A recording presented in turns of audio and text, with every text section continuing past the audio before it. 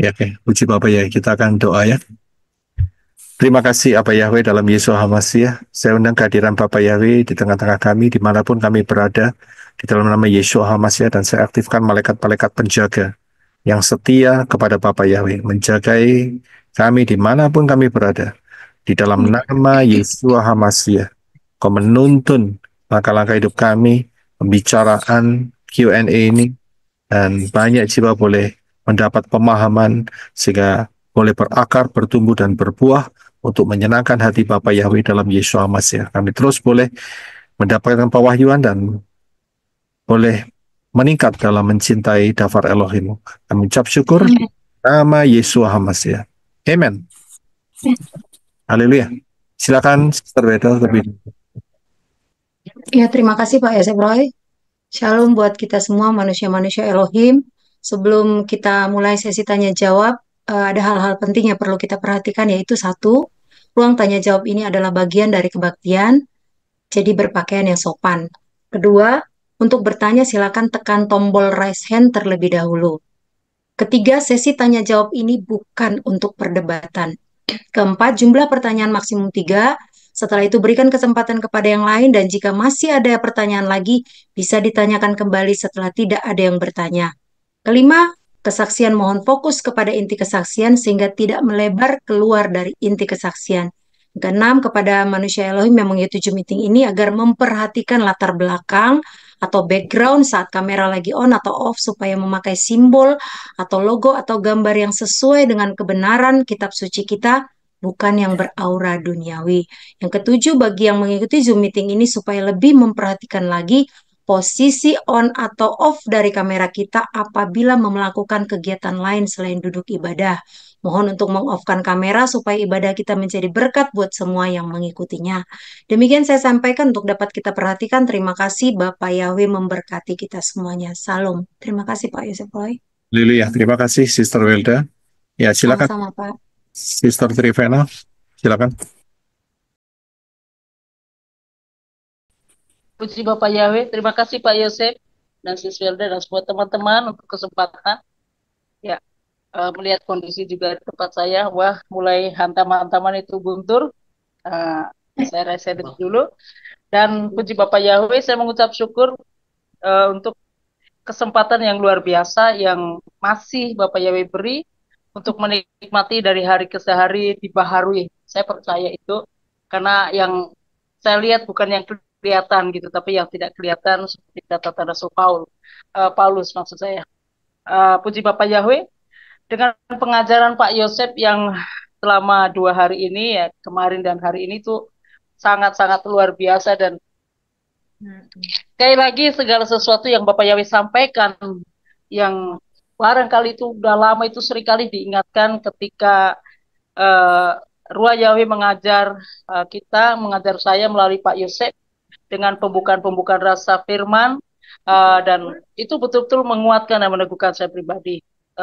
Terlebih dahulu ketika Pak Yosef tadi dalam penutupan menyampaikan bagaimana ketika dalam kegiatan yang mungkin sepele yaitu mengatur kabel, yaitu ternyata terkoneksi sampai hari ini, itu luar biasa.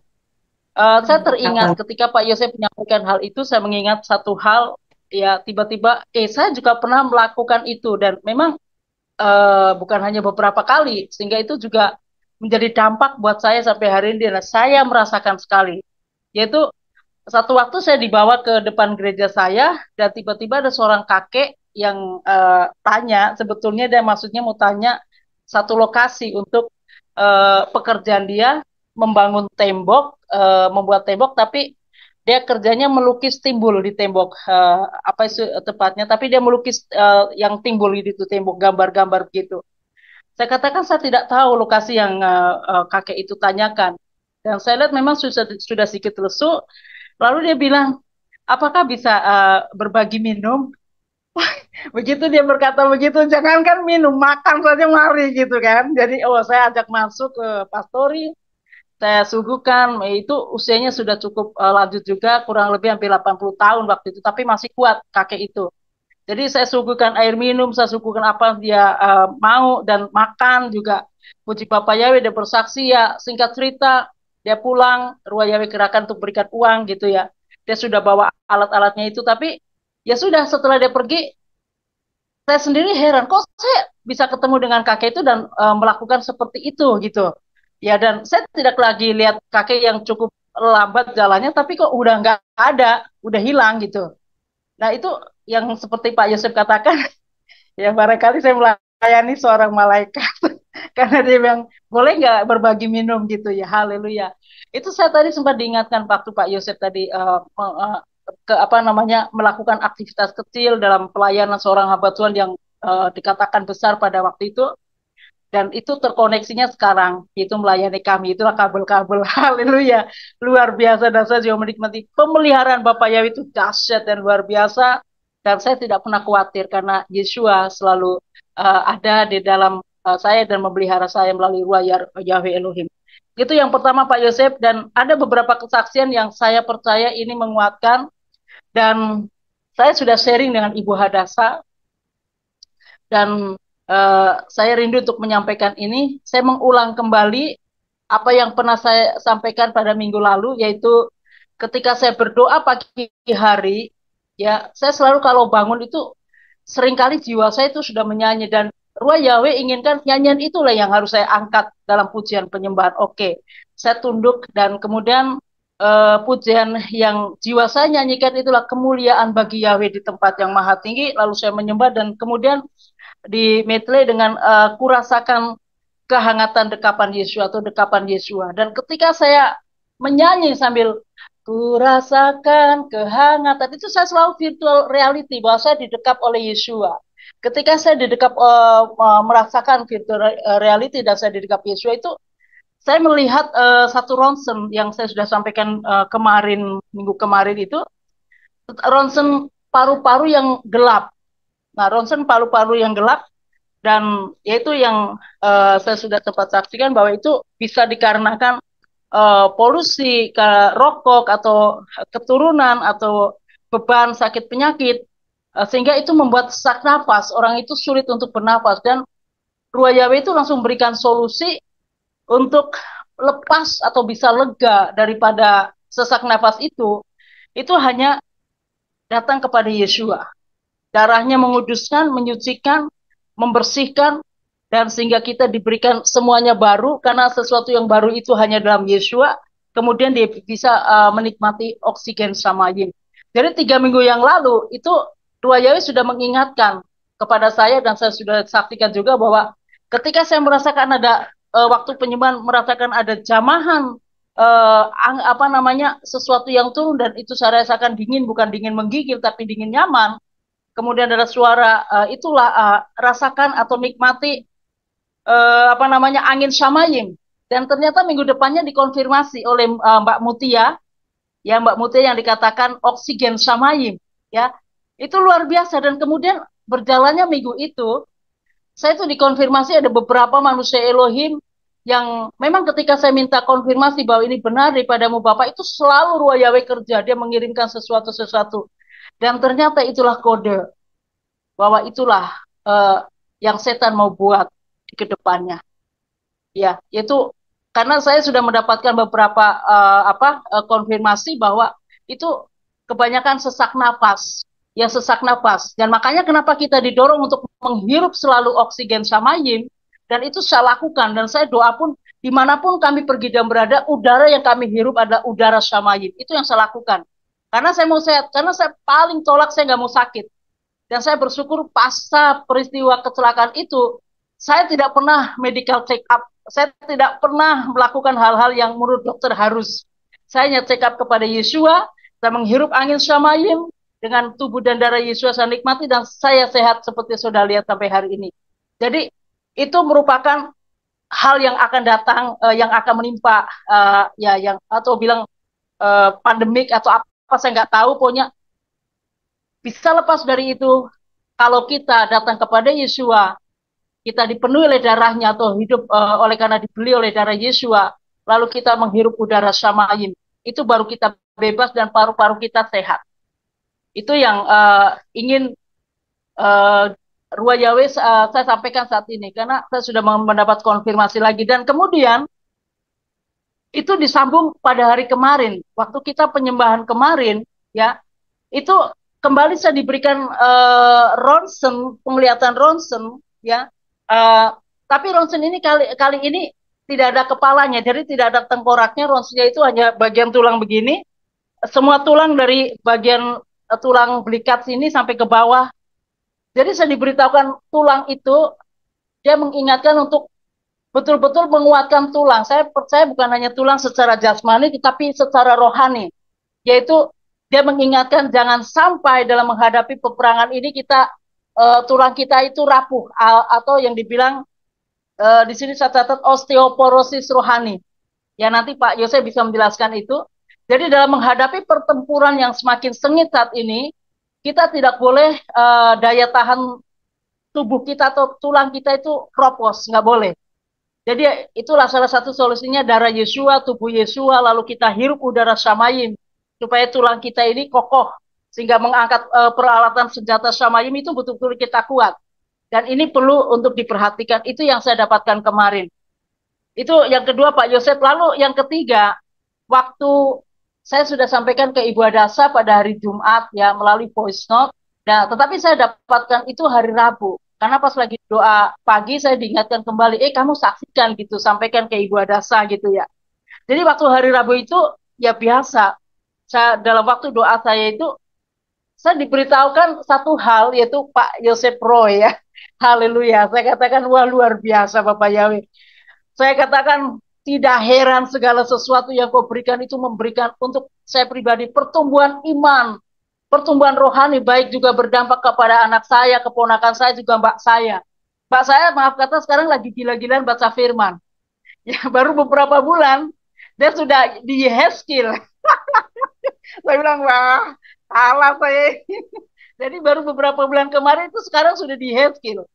Saya bilang, wah luar biasa itu pertumbuhannya. Itu namanya haus, lapar haus ya. Dan saya percaya itu. Dan waktu saya berdoa itu saya melihat Pak Yosef Roy dalam posisi biasa memakai talit beliau ya warna yang biru dan itu apa namanya ini sisitnya dari sini. Seperti biasa memberkati begini.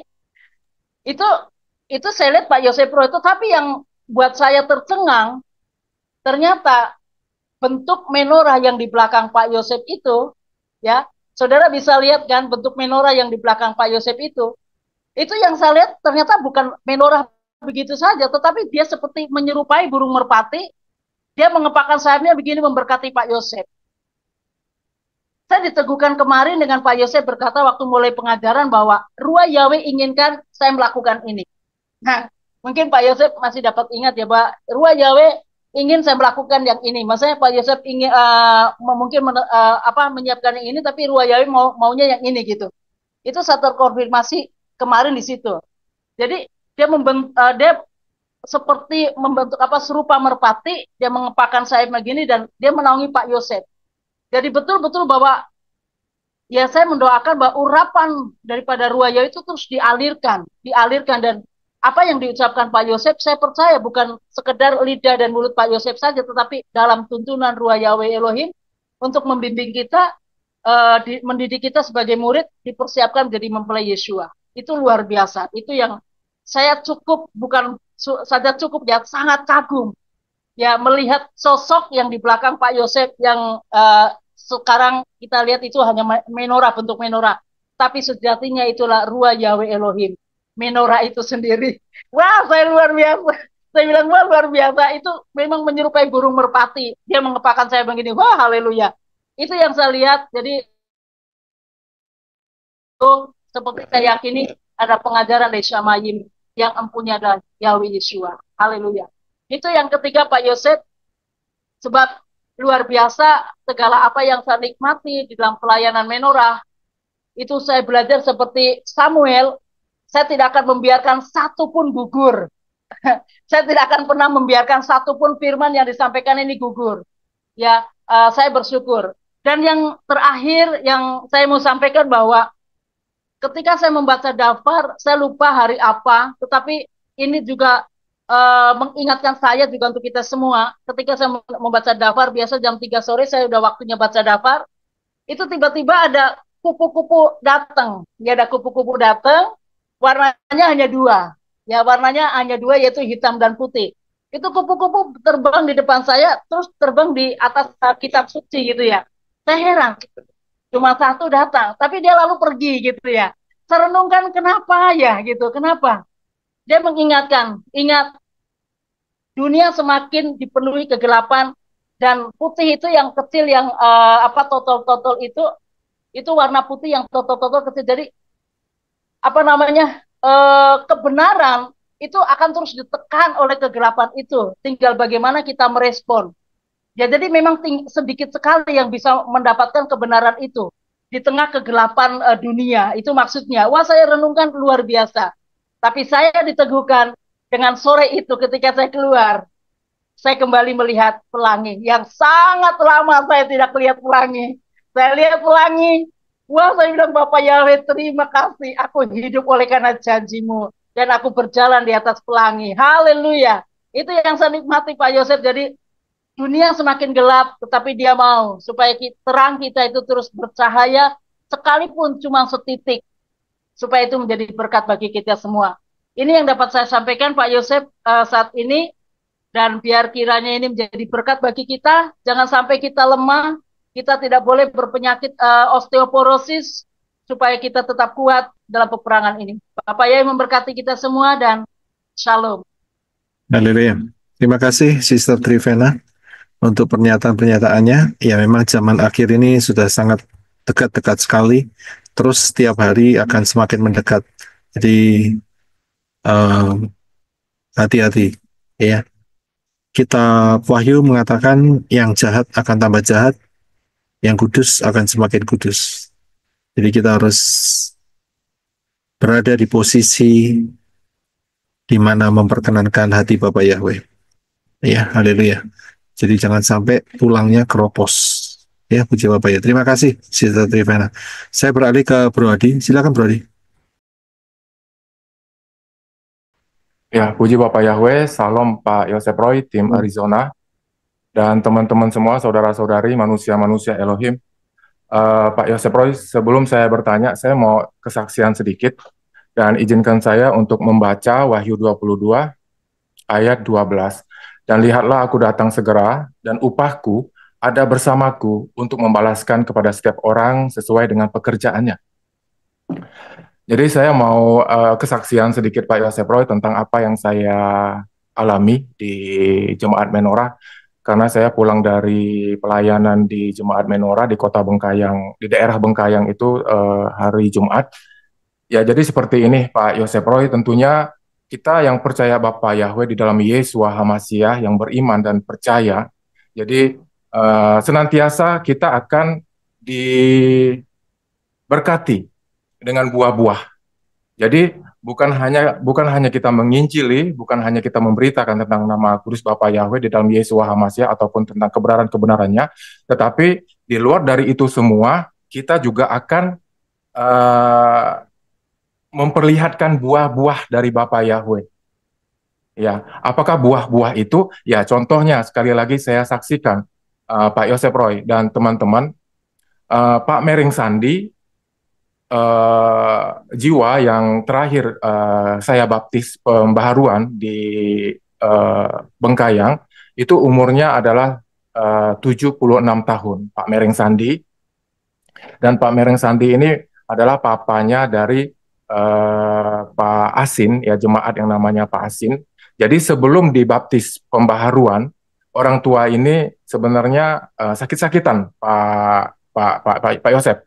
Jadi dia mengalami asam urat, sering bengkak, jadi sering mengalami kelemahan tubuh, dan luar biasanya Pak, setelah dibaptis pembaharuan, beliau tidak ada keluhan lagi kakinya sama sekali. Itu yang jadi luar biasa bagi kita, menjadi kesaksian juga. Dan satu hal lagi, mertua dari Pak Asin, yaitu Pak Kumis. Nah, ini Pak Kumis juga sempat saya sharingkan, saksikan beberapa waktu yang lalu, keluar masuk rumah sakit, Pak. Ya, bolak-balik ke rumah sakit Serukam, bolak-balik ke rumah sakit Singkawang, bolak-balik ke rumah sakitnya atau puskesmasnya di Bengkayang, Pak. Jadi sering pingsan, sering mah, sering pokoknya sering bikin kalut keluarganya, Pak. Tetapi puji Bapak Yahweh, setelah dibaptis pembaharuan, Pak, sampai hari ini luar biasa. Tidak pernah sekalipun sakit lagi. Tidak pernah sekalipun sakit lagi. Malahan sekarang bisa menebang kayu di dalam hutan, terus bisa berladang, Pak. Terus yang terakhir, Pak, puji Bapak Yahweh, Pak Kumis sudah bisa pergi mendulang emas sama mama, sama istrinya. Nah, itu menjadi luar biasa, menjadi satu kesaksian karena seperti ini, Pak, di tengah-tengah lingkungan kami di sana, memang masih banyak yang menolak Bapak Yahweh di dalam Yeshua HaMashiach, dan kita memang fokus untuk bisa menginjili ya orang-orang terdekat kita, dan sejauh ini apa ya, yang mereka bisa melihat buah itu, Pak. Ada penyertaan, ada perlindungan Bapak Yahweh ketika kita percaya, ketika kita beriman kepada Bapak Yahweh. Bukan hanya kita mengalami mukjizat, sakit penyakit yang disembuhkan secara dahsyat, yang memang disembuhkan secara total oleh Bapak Yahweh. Dan mereka itu melihat, Pak. Mereka itu tetangga-tetangga keluarga itu melihat. Sampai belakangan juga ada keluar statement yang seperti ini. Ya aneh ya, luar biasa ya. Kok sakit gitu ya. Tapi kok habis dibaptis atau habis terima setelah terima nama kudus Bapak Yahweh kok bisa sembuh. Jadi itu juga menjadi buah-buah yang bisa kita perlihatkan ke lingkungan sekitar kita. Secara tidak langsung kita menginjili dengan buah-buah yang memang Bapak Yahweh nyatakan. Nah, selain daripada itu, juga berkat, Pak, bicara berkat perlindungan yang sempurna dari Bapak Yahweh, yaitu keutuhan rumah tangga, yaitu baiknya kondisi anak dan cucu sekeluarga, itu juga menjadi satu buah yang orang tuh bisa nilai. Kalau kita percaya Bapak Yahweh itu memang kita beda, ada proteksi, ada pemeliharaan, dan ada berkat yang luar biasa yang memang Bapak Yahweh taruh untuk menjagai kita, manusia-manusia yang percaya sama Bapak Yahweh. Jadi saya juga mengucap syukur belakangan sebelum saya pulang, bahkan ketika kami pulang dari jalan-jalan bersama keluarga, kami masih menyempatkan nginjilin satu teman dekat dari Pak Asin. Jadi memang Pak, keluarga-keluarga sekitar itu memang kelihatan mereka belum menerima Bapak Yahweh. Jadi kehidupan mereka itu sangat-sangat miris juga ya. Kutuk di mana-mana, kutuk sakit penyakit di mana-mana, kutuk kecelakaan di mana-mana, itu kami saksikan sendiri, Pak. Itu keluarga dekat mengalami hal-hal seperti itu. Tetapi ketika kami mengabarkan tentang nama kudus Bapak Yahweh, ya mereka kayaknya belum bisa menerima. Dan untuk yang belakangan kami singgah ke rumahnya ini memang teman dekatnya Pak Asin, Pak. Dan dia mengalami satu pergumulan yang luar biasa, yaitu istrinya sakit stroke, dan 1 tahun belakangan ini dia harus merawat istrinya yang benar-benar tidak bisa bangun lagi sama sekali. Tetapi di situ Pak Asin pernah sharing ke saya, sehingga saya ngerasa saya ada belas kasihan, ada rasa tanggung jawab untuk memberitakan Injil kembali, terutama tentang nama kudus Bapak Yahweh di dalam Yeshua HaMashiach.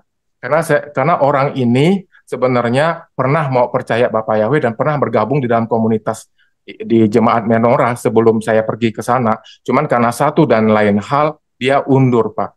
Jadi undurnya ini juga sebenarnya kita mengalami tantangan, Pak. Saya di mana di Jemaat Bengkayang dan di Jemaat di Sosok, sebenarnya saya juga mengalami banyak tantangan dan pergumulan. Dan itu semua sebenarnya bukan datang dari luar, Pak.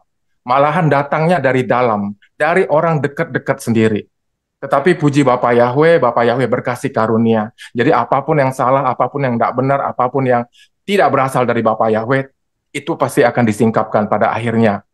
Dan luar biasa, satu hal juga, saya merasakan ada kasih persaudaraan yang begitu luar biasa, Pak Yosef Roy, dan itu penting, karena saya juga melihat Pak Yosef Roy sebagai satu keluarga, sebagai kepala keluarga. Banyak sekali keteladanan yang bisa saya contoh dari Pak Yosef Roy, yaitu hubungan Pak Yosef Roy dengan istri, hubungan Pak Yosef Roy dengan anak-anak, itu memang menjadi satu keteladanan yang memang itu adalah buah dari ketaatan dan kesetiaan seorang imam di dalam keluarga.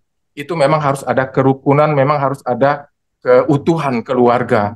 Dan saya merasa luar biasa sekali jika saya boleh memiliki seorang imam ataupun gembala ataupun ibu gembala yang keteladanannya itu luar biasa menjadi contoh bagi kehidupan saya.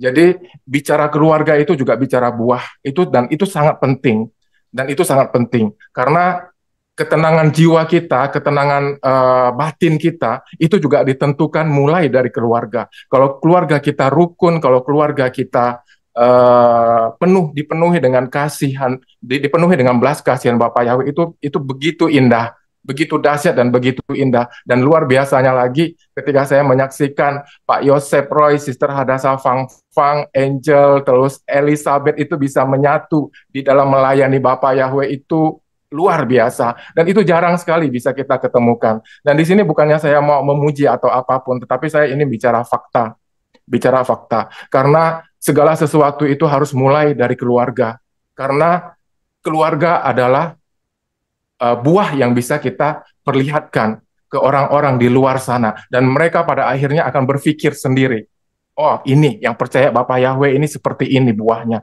yang percaya kepada Bapak Yahweh ini seperti ini proteksinya. Nah, seperti itu Pak Yosef Roy. Demikian sharing saya, kesaksian saya Pak Yosef Roy. Dan ada dua pertanyaan kalau misalnya waktunya cukup Pak Yosef Roy. Ya, saya akan mulai dengan pertanyaan tentang selengkap senjata Elohim. Pak Yosef Roy, izinkan saya membuka sebentar untuk Efesus 6. Ya, Pak Yosef Roy, yang ingin saya tanyakan, karena memang ini juga menjadi prioritas kita ya, selengkap senjata Elohim, Pak Yosef Roy. Bagaimana kita bisa mengaplikasikan selengkap senjata Elohim itu? Karena selengkap senjata Elohim itu kan bicara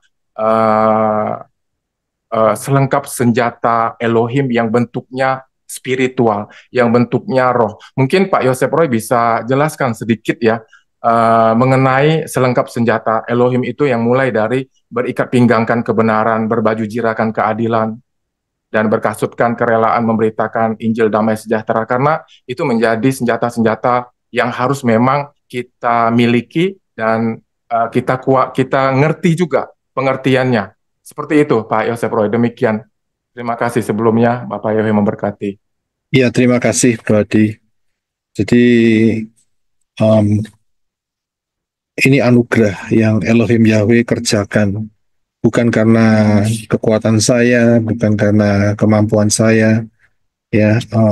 Elohim Yahweh yang menggerakkan semuanya. Satu keluarga boleh ada di dalam anugerahnya, ya, baik Angel, Elizabeth juga, ya, dan para keponakan. Ini betul-betul anugerah, ya. Jadi tanpa Bapak Yahweh tidak mungkin, sulit, ya. Jadi betul-betul ini anugerah daripada Bapak Yahweh. Baik, dan terima kasih untuk kesaksian-kesaksiannya mengenai Efesus 6. Jadi begini, zaman itu adalah zaman Romawi, dan Rabi Saul itu ditawan, ya, dia ditawan oleh prajurit-prajurit Romawi. Dan saat ditahan, itu ada beberapa fase. Ada fase di mana dia ditahan karena sedang menunggu keputusan daripada Nero yang pertama. Dan dia boleh dikasih kebebasan untuk bertemu dengan teman-temannya, ya, boleh dikunjungi, dan bahkan di situ dia dapat kesempatan untuk memberitahukan tentang Yeshua kepada para prajurit-prajurit Romawi. Nah, saat menulis Efesus, dia mengambil contoh, yaitu seragam perang yang dikenakan oleh para prajurit Romawi ini, dan saya yakin dia dapat inspirasi dari Ruach Yahweh Elohim. Wah, ini cocok ini untuk ditulis dan menjadi berkat di dalam peperangan alam supernatural, ya, karena jelas peperangan bukan bukan melawan Roma lagi. Ya, jadi peperangannya itu fokusnya bukan ke Roma. Beda dengan Zelot, ya. Saudara tahu ya, grup Zelot. Dia memperjuangkan kemerdekaan Israel dengan mengadakan pemberontakan. Ya, tapi Yeshua itu buka jalan. Yang dimaksud Yeshua adalah peperangan melawan alam supranatural, melawan kekuatan alam supranatural dan benih-benihnya, yaitu benih-benih dosa. Nah, untuk melawan itu ternyata identik dengan seragam yang dikenakan um, oleh prajurit Romawi. Ya, nah disitulah dia ambil pakai selengkap senjata. Jadi dimulai dari ikat pinggang kebenaran. Ya, jadi hidup saudara dan saya selama di dalam Yeshua itu sudah diperlengkapi dengan righteousness, kebenaran. Ya, dan ikat pinggang ini juga penting karena ikat pinggang ini menyatukan baju sirah. Kalau tidak gitu kan, ya, um, bahasa Timur Tengahnya itu oplok-oplok gitu ya. Tahu ya oplok-oplok, kedodor, Kedodoran. ya, kedodoran. Ya, jadi akan tidak menyatu. Ya, akan tidak menyatu. Jadi idenya adalah selama saudara dan saya ada di dalam Yeshua dan Yeshua di dalam saudara, maka akan ada kebenaran. Benar di hadapan Bapa Yahweh. Itu dulu. Kemudian dilanjutkan dengan baju sirah keadilan. Punya sifat atau karakter. Ya, tidak pincang, tidak berat sebelah, tapi ada keadilan. Ya, tapi dalam bahasa Inggrisnya righteousness ya. Ya, righteousness. Di bahasa Indonesianya disebutkan keadilan.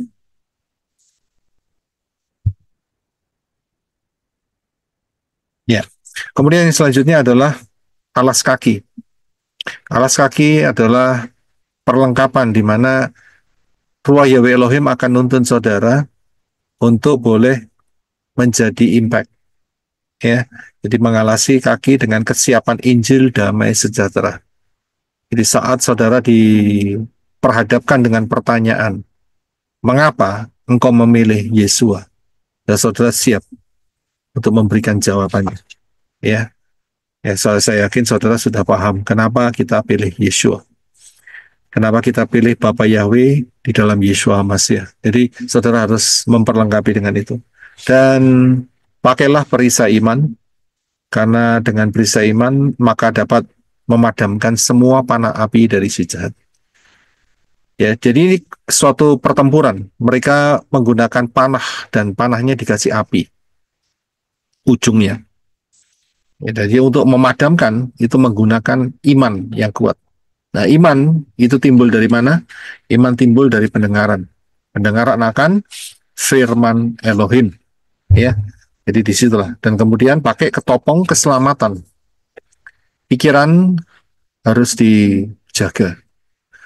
Ya, alam pikiran harus tetap dijaga sehingga setan tidak bisa menerobos mencuri alam pikiran. Jadi harus pakai ketopong yang dapat menyelamatkan pikiran. Dan setelah itu semua peralatan itu adalah defensif. Ya, defend ya. Ada satu peralatan yang ofensif yaitu menyerang, yaitu dengan menggunakan firman Elohim.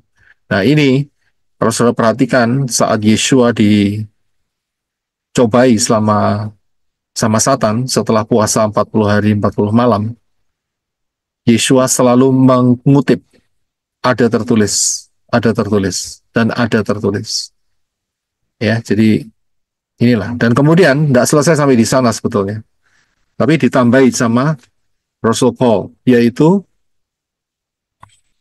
melalui segala doa dan permohonan. Ya, dan didoakan setiap saat dalam roh. Ya, jadi bukan cuma perlengkapan itu saja, tetapi ada doa yang diucapkan. Ini adalah lidah mulut saudara.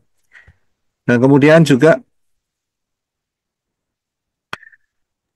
dalam hal yang sama berjaga-jaga dengan segala ketekunan. Jadi harus ada dilakukan juga. Dan permohonan untuk semua orang kudus, yaitu saling menopang satu sama lain. Jadi ini maknanya. Bukan cuma perlengkapannya saja, tetapi setelah itu juga harus diperhatikan. Ya, harus diperhatikan. Kira-kira bisa dipahami, Bro Adi, ya? Ya, puji Bapak Yahweh, Pak. Ketopong keselamatan sudah tadi, Pak ya? Sudah. Oke, oke, puji Bapak Yahweh, terima kasih. Luar biasa, Pak Yosef Roy, penjelasannya. Haleluya. Biarlah itu boleh menjadi berkat bagi kita, semakin tepat, semakin akurat di dalam kita menggunakan selengkap senjata Elohim di hari-hari mendatang. Pak Yosef Roy, saya boleh tanya untuk yang selanjutnya, Pak? Ya, silakan. Oke, ya saya sangat mengucap syukur ya Pak Yosef Roy karena penjelasan Pak Yosef Roy dari materi ke materi itu semakin saya bisa mendalaminya karena contohnya seperti apa yang dijelaskan Pak Yosef Roy tentang pengajaran hari ini, yaitu saya jadi kayak melihat ada satu kronologi Pak Yosef Roy.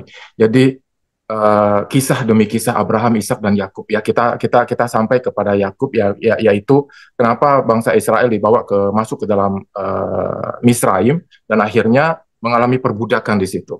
Nah, tadi dijelaskan oleh Pak Yosef Roy karena Bapak Yahweh juga punya rencana, punya purpose untuk bangsa Israel ketika dibawa keluar dari tanah Mesir, rumah perbudakan, yaitu ya, dari rumah perbudakan, yaitu untuk bisa membangun tabernakel. Nah, tadi Pak Yosef juga menjelaskan ada 3 poin ya: worship, teaching, dan impact. Dan itu menjadi satu kesatuan, menjadi satu paket. Nah, di sini yang ingin saya garis bawahi yaitu yang di impact itu, Pak Yosef Roy. Ya. Izinkan saya membuka di Galatia 5 ayat 22. Ya, akan tetapi buah roh adalah kasih, sukacita, damai sejahtera, kesabaran, kemurahan, kebaikan, iman, kelemah lembutan, pengendalian diri.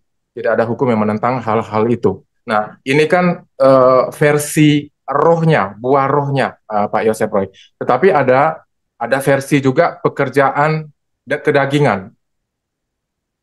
Ya, yang kita bisa baca di ayat 19, yaitu perzinahan, percabulan, kenajisan, sensualitas, penyembahan berhala, sihir, permusuhan, perbantahan, iri hati, amarah, persaingan, perselisihan, ataupun sekte-sekte. Jadi kita kadang-kadang bisa menyatakan tentang buah roh, tetapi karakter kita itu yang keluar itu pekerjaan kedagingan, Pak Yosef Roy. Jadi di hari-hari ini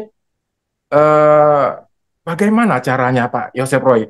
Sifat kita, karakter kita kan kita senantiasa harus dibersihkan dan kita harus menekan agar buah roh ini senantiasa bisa lebat di dalam kehidupan kita. Agar kita yang namanya buah roh ini harus senantiasa kita munculkan untuk kita bisa menekan pekerjaan daging itu, Pak Yosef Roy. Karena di hari-hari ini juga saya lihat gitu ya, ini bukan mau menghakimi, tapi ini kita ngomongin fakta gitu. Dan karena ini juga terjadi di lingkungan saya sendiri, di pelayanan saya di Bengkayang dan di di Sosok, Pak Yosef Roy. Jadi tantangannya bukan dari luar, tetapi malahan dari dalam. Dari orang-orang yang memang sebenarnya sudah harus punya kapasitas karena punya gelar itu. Nah, seperti itu. Tapi yang kita ketemui malah kok bukan jadi batu loncatan, tapi kok jadi batu sandungan di dalam pelayanan komunitas kita sendiri. Nah, jadi di sini yang ingin saya soroti, namun itu semua Bapak Yahweh tetap bekerja luar biasa, Pak Yosef Roy. Saya dikikis, saya dibersihkan. Lewat hal-hal itu semua, saya belajar menjadi dewasa. Saya paksa Bagaimanapun saya harus menjadi dewasa, bagaimanapun saya harus menjadi bijaksana, Pak Yosef Roy. Karena cita-cita saya senantiasa ingin jadi berkat, ingin menyenangkan hati Bapak Yahweh dan memuliakan Bapak Yahweh. Maka dari itu buah roh itu harus senantiasa kita perjuangkan agar bisa ada di dalam sifat, tabiat, dan karakter kita. Nah, demikian Pak Yosef Roy. Mungkin Pak Yosef Roy bisa menjelaskan tentang buah roh ini, Pak Yosef Roy. Terima kasih. Ya, terima kasih, Bro Ade. Masalah ini dihadapi oleh setiap manusia. Setiap manusia. Dan tidak ada manusia yang imun dari kekuatan sangat dosa. Dan ada karakter lama. Tapi di satu sisi, Elohim Yahweh memberikan pengajaran lewat Torah dan konsistensi yang dibawa melalui Yeshua. Ya, jadi disinilah sebetulnya kan saudara pernah baca seperti orang bercermin. Ya, di dalam kitab Yakobus kalau tidak salah itu seperti cermin. Ya, seperti cermin. Dan seperti cermin ada dua versi. Orang cuma bercermin, setelah itu pergi, dia akan lupa. Tapi ada yang terus mau dituntun, dipimpin Ruah Yahweh Elohim. Ya, disinilah titik pertempuran itu. Mau nurutin daging atau mau nurutin roh, spirit. Roma 8 ayat 3.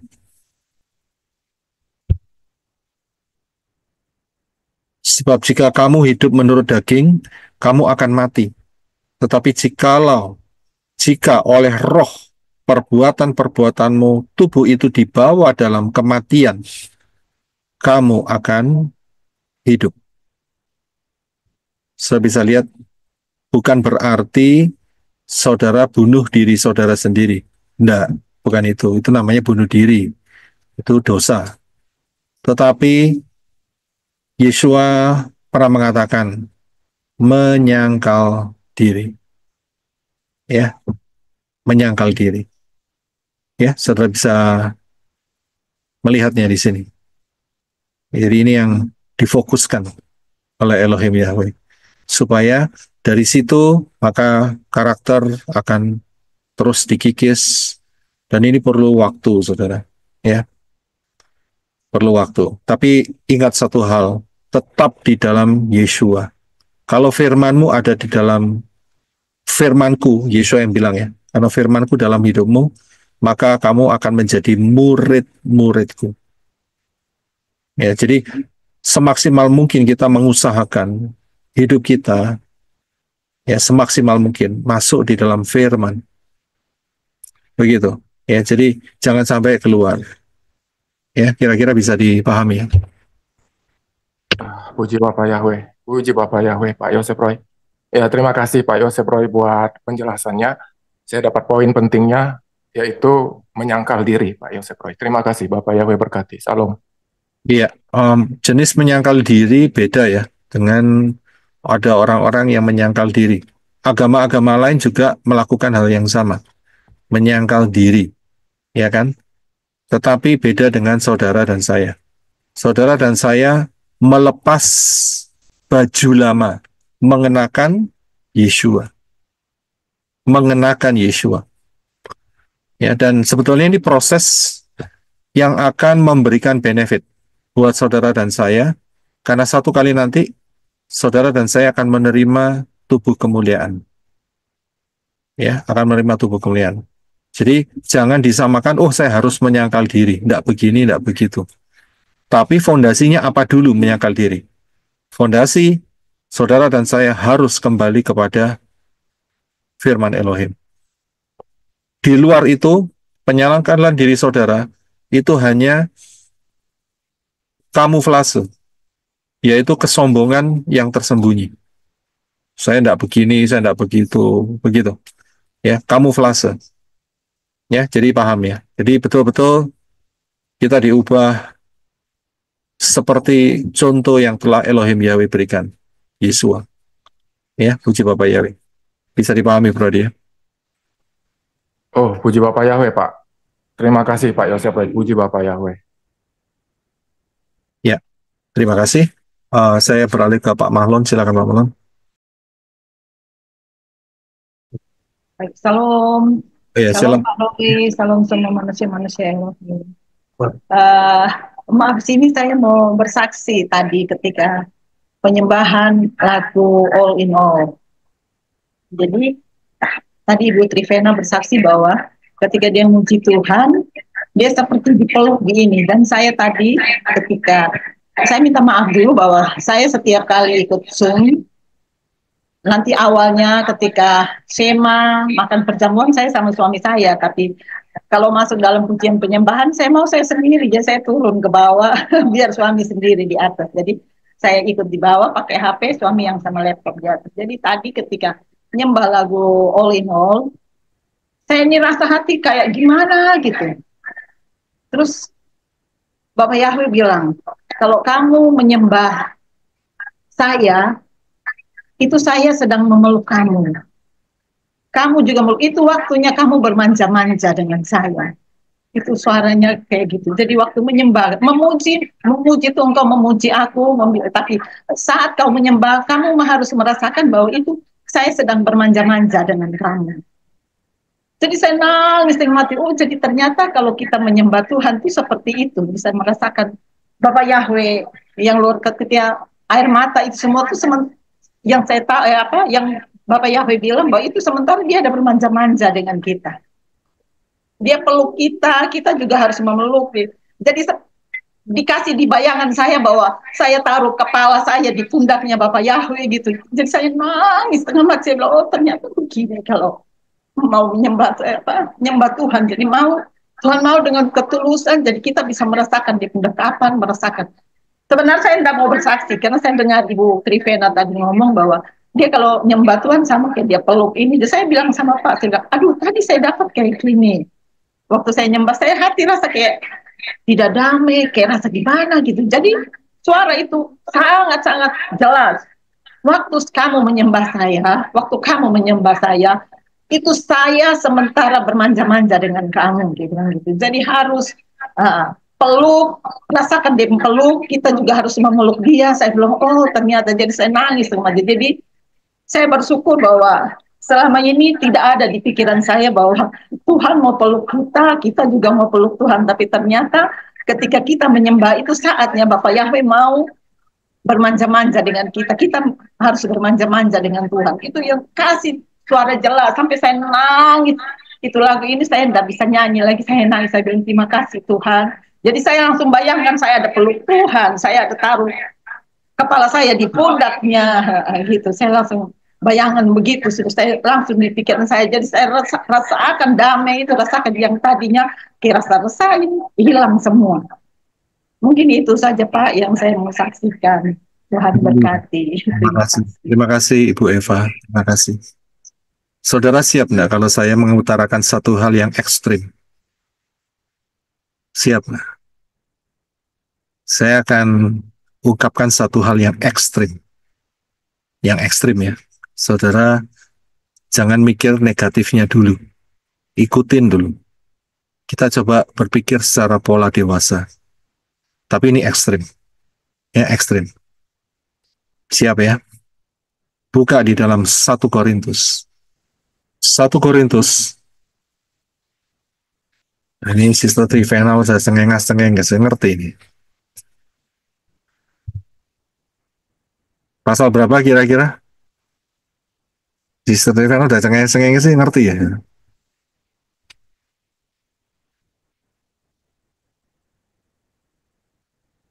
Satu Korintus 6.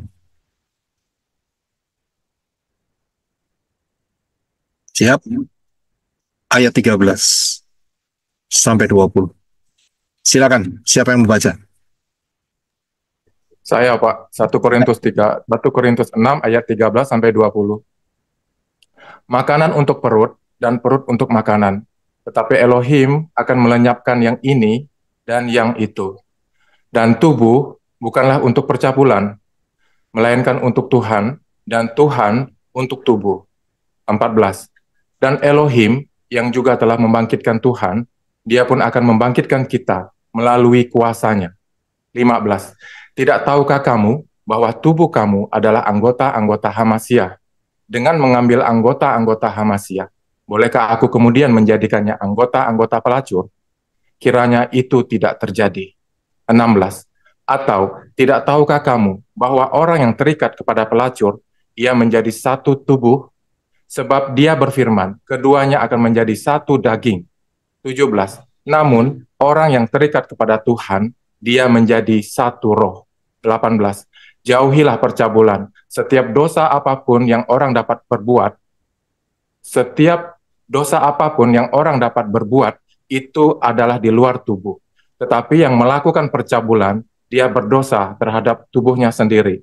19. Atau tidak tahukah kamu bahwa tubuh kamu adalah tempat suci bagi Roh Kudus yang ada di dalam kamu, yang kamu peroleh dari Elohim, dan kamu bukanlah milik kamu sendiri.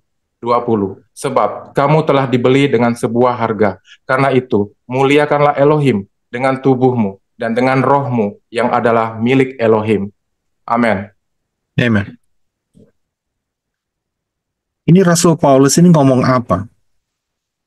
Ngomong soal satu roh dengan pelacur atau ngomong satu roh dengan Elohim? Dengan Elohim, Pak. Tapi dia sangkutkan dengan dosa percabulan. Siapa yang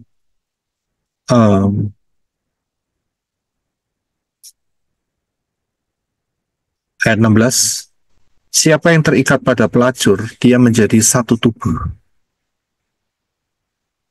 Dan di atas dikatakan bahwa tubuh adalah untuk Elohim. Saudara lihat, ini ekstrim banget. Rasul Paul memberikan dua gambaran. Yang satu yaitu persetubuhan secara jasmani. Yang satu, dia kasih gambaran mengenai hubungan antara orang-orang yang, atau saya boleh bilang manusia-manusia Elohim dengan Elohim Yahweh. Aneh ya? Ini dua yang ekstrim. Yang satu kudus, yang satu najis. Tapi mengapa dalam hal ini dua ini diparalelkan? Jadi tolong jangan sampai dipotong pembahasan saya ini. Kalau dipotong, berbahaya sekali. Rasul Paul mau mengatakan, kalau kamu bersetubuh dengan pelacur, itu pun kamu sudah menjadi satu tubuh, satu daging. Saya bisa lihat. Sedangkan kalau kamu bersekutu dengan Elohim, itu kamu menjadi satu roh dengan dia. Dengan kata lain, ingat ya, jangan dipotong ya. Sisi untuk Elohim, dengan kata lain, kalau dilihat dari sisi daging, saat manusia yang beriman kepada Elohim Yahweh dalam Yeshua HaMashiach bersekutu dengan Elohim Yahweh, kalau dinilai, ingat ya, jangan dipotong ya, kalau dinilai dari secara fisik, itu mereka seperti berhubungan seks. Saudara paham di sini? Saudara jangan potong, nanti potong loh. Berarti manusia Elohim berhubungan seks dengan Bapak Yahweh. Saya nggak ngomong seperti itu loh. Saya ngomong dari sudut pandang hubungan antara manusia Elohim dengan Elohim Yahweh. Kalau dinilai dari sudut pandang secara fisik alamiah, itu seperti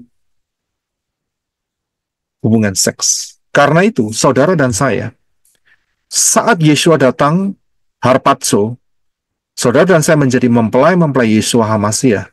Ingat, kata mempelai itu kalau di sudut pandangkan dari duniawi, itu adalah hubungan seks.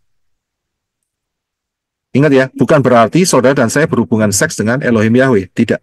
Saya tidak ngomong seperti itu. Saya harap saudara paham. Saudara bisa lihat. Jadi pada saat saudara dan saya mengadakan connection dengan Elohim Yahweh, itu secara fisik, itu seperti orang melakukan hubungan seks. Buktinya apa? Bapak Yahweh kasih peringatan sama Israel. Kamu berzina. Berarti ya, kan? Kamu berzina. Kamu bersundal. Itu pakai dua nama itu. Obama sama apa itu? Saya lupa itu. Karena tahu ya, satu kata. Oh, oh Helubama atau apa itu? Oh, ya, dia pakai dua nama. Em, Kalau dapat bisa dilihat. Itu dikatakan kakak tertuamu berzina, kan kamu berzina. Kamu ngeri loh itu.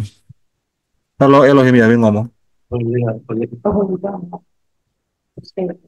Hosea. Hosea, Pak. Hosea ya. Coba buka di Yehezkiel 16 ayat 36. Yehezkiel 16:36, silakan bisa dibantu dibaca.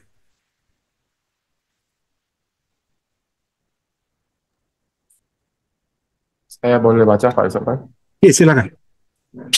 Yehezkiel 16 ayat 36, beginilah Tuhan Yahweh berfirman, karena tersebarnya aibmu dan tersingkapnya auratmu dalam percabulanmu dengan kekasih-kekasihmu dan dengan semua berhala kekejianmu, dan karena darah anak-anak lelakimu yang telah engkau serahkan kepada mereka. Amin. Itu kalau dalam bahasa LAI-nya bisa dibaca, bro. Bisa, Pak. Beginilah firman Yahweh, oleh karena engkau menghamburkan kemesumanmu dan auratmu disingkapkan dalam persundalanmu dengan orang yang mencintaimu dan dengan berhala-berhalamu yang keji, dan oleh karena darah anak-anakmu yang engkau persembahkan kepada mereka. Saya bisa lihat bahasa LAI-nya itu lebih tajam. Kemesuman dan auratmu, alat kelaminmu.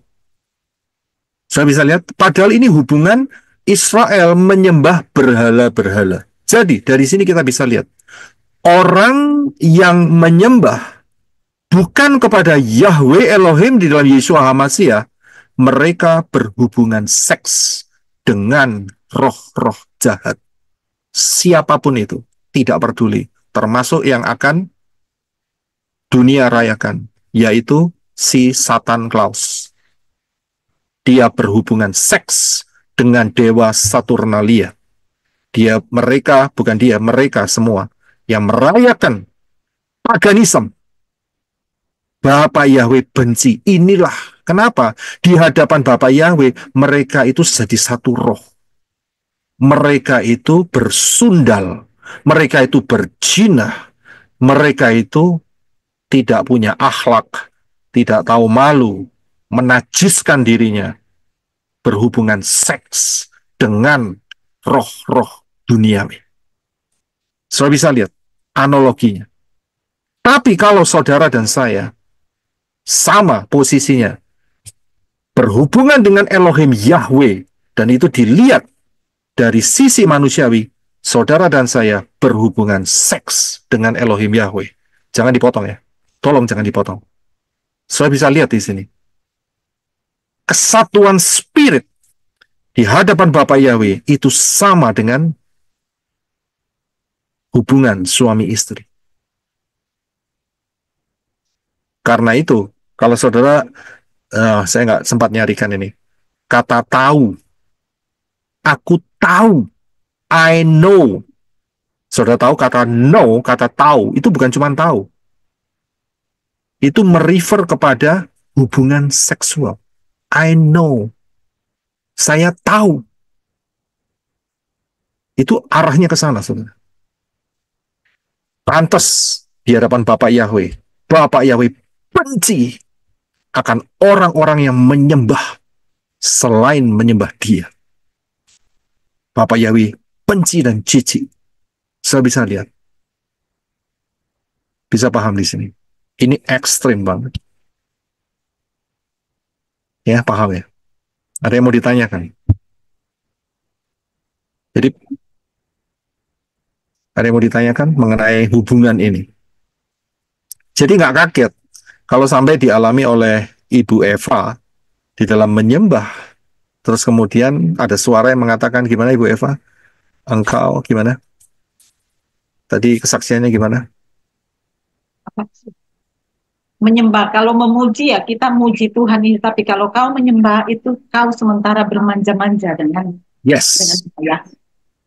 Saya bisa lihat, yes. Itu masih bermanja-manja, masih halus omongannya. Tapi sebetulnya yang terjadi adalah sexual connection, spiritual. Saya bisa, karena itu Bapak ya benci sekali sama orang-orang penyembah ilah-ilah asing. Paham di sini. Termasuk ya nanti yang Natalan. Udah dikasih tahu, nggak mau tahu. Elohim Yahweh benci sekali. Ya, oke, puji Bapak Yahweh. Haleluya, saya yakin bukan satu kebetulan, saudara akan dalam. Ya, haleluya, terima kasih Ibu Eva. Saya beralih ke Brother. Pak Roy, sebentar Pak Roy.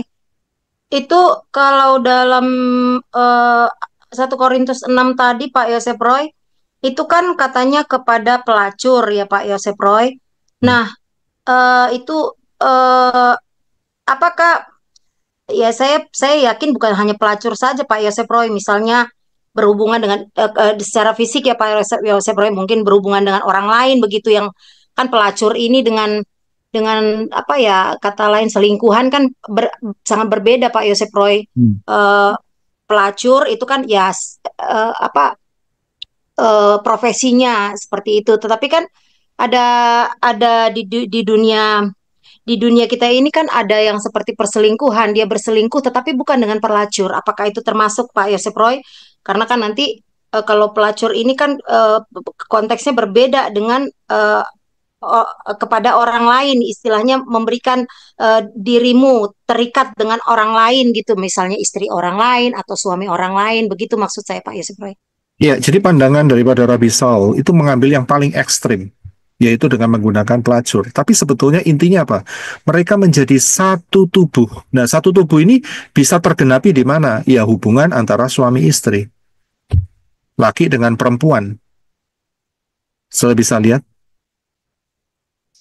bisa memahami ya. Dengan menggunakan seksual, maka mereka menjadi satu, termasuk sesama jenis. Saya bisa lihat di sini. Karena itu ada di dalam Torah. Saudara paham ya? Jadi itu diambil oleh Rasul Paul untuk menjelaskan bagaimana hubungannya di dalam alam spiritual dengan Elohim Yahweh.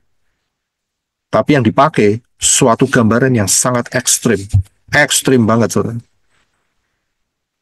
Saya bisa lihat. Siapa yang menyatukan dirinya dengan Elohim akan menjadi satu roh. Dan itu dikatakan, mereka keduanya tidak menjadi dua, tetapi menjadi satu. Wow. Sudah paham di sini? Ya. Kelekatannya. Ya, bisa dipahami ya, Sister Belda. Baik Pak Yosef Roy. Oke, puji Bapak ya. Ya, silakan Brother Daniel. Oke, Shalom Pak Roy, tim Arizona, and semua saudara-saudara manusia-manusia Elohim. Kalau tadi Ibu Eva bilang mengenai penyembahan, waktu menyembah di dalam lagu All in All. Kalau waktu saya ada penyembahan di dalam lagu yang kedua, yaitu Great Are You, itu ya, Greater Are You. Di situ waktu saya menyembah, kalau Sister Trivena diingatkan tentang pelangi, saya juga saat saya menyembah, saya diperlihatkan satu pelangi yang mengingatkan saya itu adalah janji Bapak Yahweh sendiri. Jadi lagu itu sungguh touch my heart ya, karena dibilang di situ dia sungguh besar kan, and over the worst of pain. Jadi di dalam segala hal, di keburukan, pain, kesakitan saya itu under your loving rain, di dalam kasih, hujan kasih atau cinta Bapa Yahweh itu, saya disembuhkan, I'm restored, gitu dibilang. And then dibilang, now all that I am is yours. So saya ini adalah milikmu, saya adalah kepunyaanmu, gitu. And then dikatakan lagi, you carry me in your embrace. So dia membawa kita dalam pelukannya. So when we worship, we praise Elohim Yahweh, dia itu peluk kita. Kita ada dalam pelukannya. That is also, it's confirmed, right? And then unchanging through all of my days. Dia nggak pernah berubah di segala hari-hari kita. And then that is my reward. So itu adalah reward kita. Kita dekat sama Bapa Yahweh, dia peluk kita saat kita menyembah dia. So that song is so amazing. It touched me. And then ingatkan sekali lagi bahwa it's knowing that I'm yours. That's memberitahukan kita bahwa kita ini milik kepunyaan Bapa Yahweh. Dan saat saya diperlihatkan itu pelangi, itu mengingatkan bahwa janjiku kalau kamu ada di dalam aku memeluk kamu, janjiku tidak akan pernah berubah karena you are mine and we are yours. Kita milik kepunyaan Bapa Yahweh. So saat saya bilang kepada Bapa Yahweh, that is true, bahwa aku adalah milikmu. Kalau aku ada di dalam engkau, kau senantiasa memelukku, tidak ada yang akan dapat berubah dalam hidupku kalau aku tetap tinggal senantiasa dalam pelukanmu. Worship you all the time in my life. Aku adalah milikmu. So, ya itu aja yang saya mau bilang Pak Roy, bahwa saat penyembahan itu saya diperlihatkan pelangi yang lebih menguatkan bahwa janji Bapa Yahweh tidak akan pernah berubah kalau kita senantiasa boleh tinggal di dalam kasih pelukan Bapa Yahweh. Itu aja. Thank you. Jadi berkati. Terkontaminasi, terkonfirmasi. Ya, terkonfirmasi. Bukan terkontaminasi ya, tapi terkonfirmasi. Kecepatan ngomong saudara ya. Ini kebiasaan salah ngomong, kecepatan ngomong ya. Terkonfirmasi ya, dan ayatnya terconnected semuanya, yaitu di dalam Bapa Yahweh, hubungan dengan Bapa Yahweh itu satu roh, one spirit. Saya bisa lihat one spirit. Rasul Paul menggunakan satu istilah yang luar biasa, yaitu menggunakan istilah doulos. Pernah dengar ya? Doulos. Bond servant. Bond servant. Jadi ceritanya, dulu kalau ada budak dan budaknya bekerja di seorang tuan, dan dia ingat budak itu harus dilepas pada tahun yang keberapa? 50, Pak. Ya, Yobel. Ya, Yobel. Tapi saat dia mau dilepas, dia mengatakan, ini tuanku ini baik sekali. Dia memperhatikan, dan saya tidak mau lepas. Saya mau tetap ada di keluarga ini, saya mau tetap melayani. Apa yang dilakukan oleh tuannya? Iya, terima kasih Sister Divana. Dia bawa orang itu, disiapkan palu dan paku, kemudian dia bawa kemana? Ke pintu rumah. Dan setelah itu, ditindik. Tahu ditindik? Dilubangi. Tindik itu menyatakan bahwa dia secara sadar dan rela hati akan menjadi bond servant, slave forever, ikatan sampai dia mati. Dan itulah yang sebetulnya terjadi saudara dan saya di hadapan Bapak Yahweh. Begitu. Seharusnya. Seharusnya kalau saudara enggak, bahasa Timur Tengahnya itu ngelayap. Nggak tahu ya ngelayap. Ya, ngelayap itu apa itu? Keluar masuk, begitu. Keluyuran, Pak. Keluyuran, Malah ke hati lain. ya, keluyuran. Sebentar ke sini, sebentar ke sono, ya gitu ya. Jadi bond servant. Ya, oke. Puji Bapak ya. Jadi terkoneksi semua. Terima kasih Bapak yang berkati. Brother Daniel. Silakan Pak Marion, silakan. Oh ya, terima kasih. Shalom Pak Yosef Roy. Shalom. Salam untuk tim pelayanan Menora dan juga untuk semua manusia-manusia Elohim. Shalom. Saya sedikit mau bersaksi ya, sedikit ada kesaksian nih. Jadi ya puji Bapak Yahweh, saat ini saya bisa gabung lagi secara terus-menerus di ibadah baik kemarin dan hari ini. Walaupun beberapa waktu yang lalu saya ikut ibadah tapi nggak buka kameranya. Beberapa waktu yang lalu Pak Yosef Roy saya ke Padang, itu menempuh perjalanan sekitar 24 jam ya, 24 jam dari Medan, Sumatera Utara menuju ke Sumatera Barat. Dan saya bawa mobil sendiri ke sana. Dan waktu sampai di Padang, saya melihat sedikit ada kendala di mobil ya, ada mesinnya jadi kasar tuh, bunyinya jadi kasar. Dan selama di Padang saya berpikir begini, kalau saya masuk, saya coba konsultasi ke bengkel tuh, jadi dia bilang wah ini sekitar 2 mingguan kalau reparasi, kalau perbaikan, karena ini masalah mesin. Nah, jadi saya berpikir ya nanti di Medan aja waktu balik. Nah ini ada satu kesaksian di sini. Sama Sister Trivena saya juga ada komunikasikan. Waktu ditanya kapan balik, saya bilang ya hari Selasa kemarin, minggu lalu ya, saya akan balik. Namun tolong doakan masalah cuaca musim hujan dan kondisi mesin mobil saya ini sepertinya ada gangguan.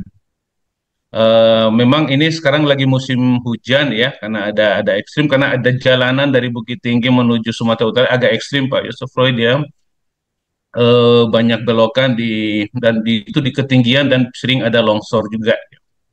Jadi itu yang jadi eh, sedikit pergumulan saya waktu itu. Dan saya tanya, saya bilang Bapak Yahweh gimana ini Bapak Yahweh, saya mau reparasi di sini, atau saya bisa pulang, atau bagaimana? Nah, jadi waktu itu saya dikasih mimpi. Nah, saya dikasih mimpi. Dalam mimpi itu saya melihat satu jalan yang berkabut putih, berkabut putih. Dan poin yang kedua, saya sepertinya berada di satu pabrik atau mesin.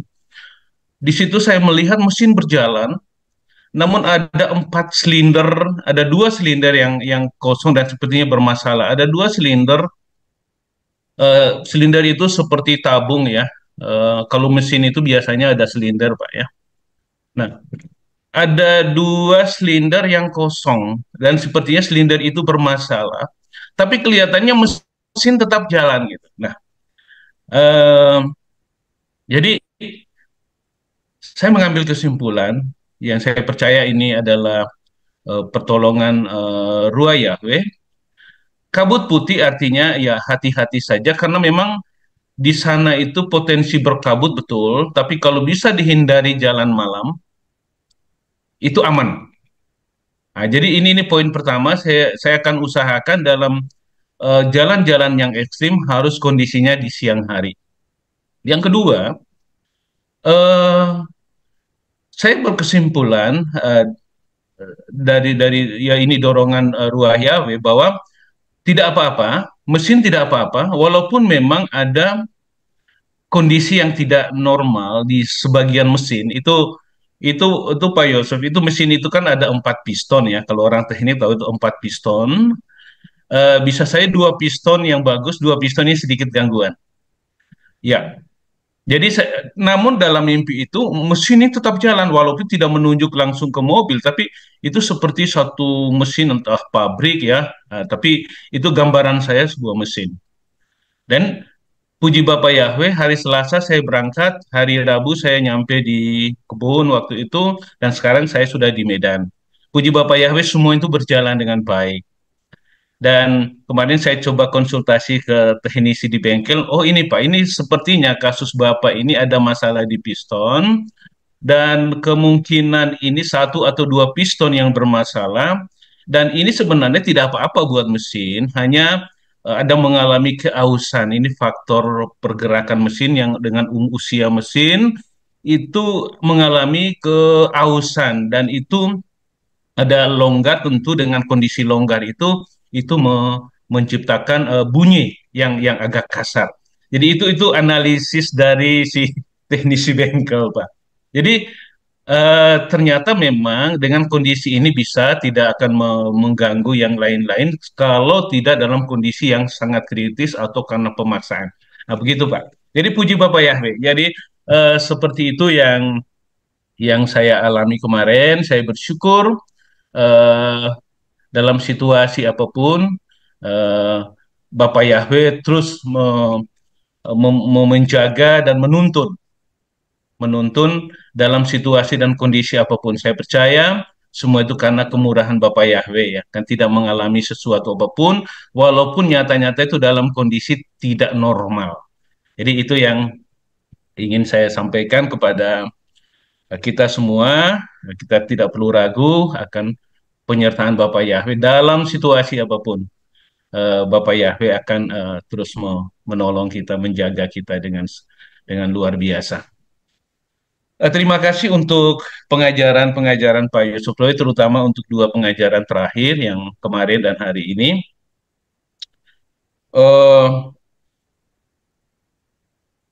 Keluarnya bangsa Israel memang kalau di Keluaran 3:12 di situ dinyatakan, Elohim menyatakan tujuan, maksud untuk apa bangsa Israel keluar dari Mesir.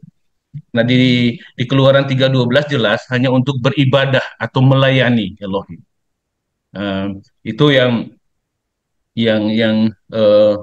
sungguh luar biasa bagaimana proses Bapak Yahweh ingin mengeluarkan umat kepunyaannya dari perbudakan di Mesir, dan itu merupakan satu pembelajaran. Kita terus belajar bagaimana Bapak Yahweh intervensi dalam seluruh kehidupan kita.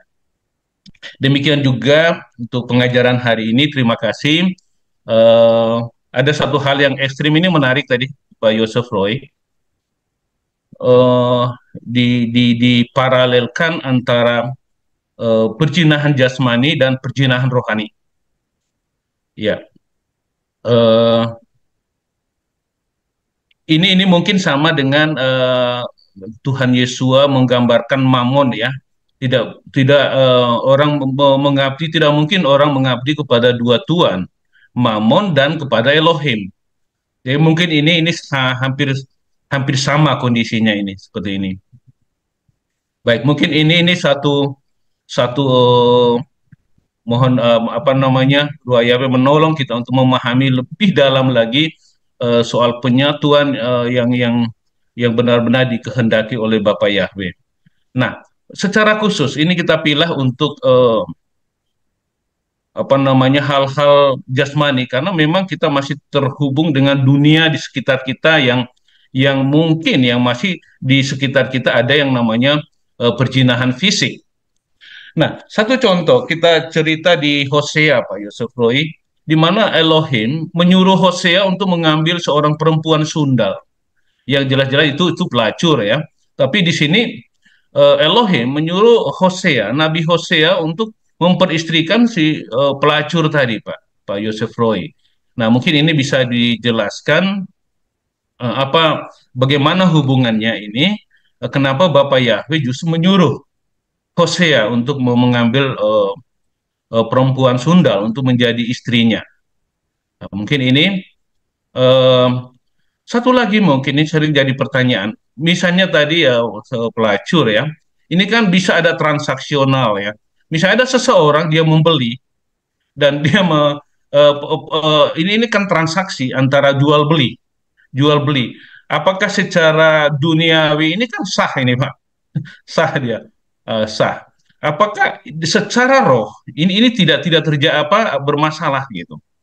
Nah, apa yang berlaku seperti penyatuan tadi. Nah, ini yang sering kita lihat bahwa ini transaksional, ada profesi dan ada pembeli, ada penjual gitu. Nah, ini mungkin sebuah pertanyaan Pak Yosef Roy dan eh, mohon penjelasan. Terima kasih Bapak yang berganti. Ya, terima kasih Pak Maria untuk kesaksiannya. Baik, itu saudara bisa dapatkan di dalam Hosea pasal pertama ayat yang kedua. Mungkin siapa yang bisa bantu baca? Hosea 1. Izin saya baca Pak. Ya kan? Pasal pertama ayat yang kedua ya.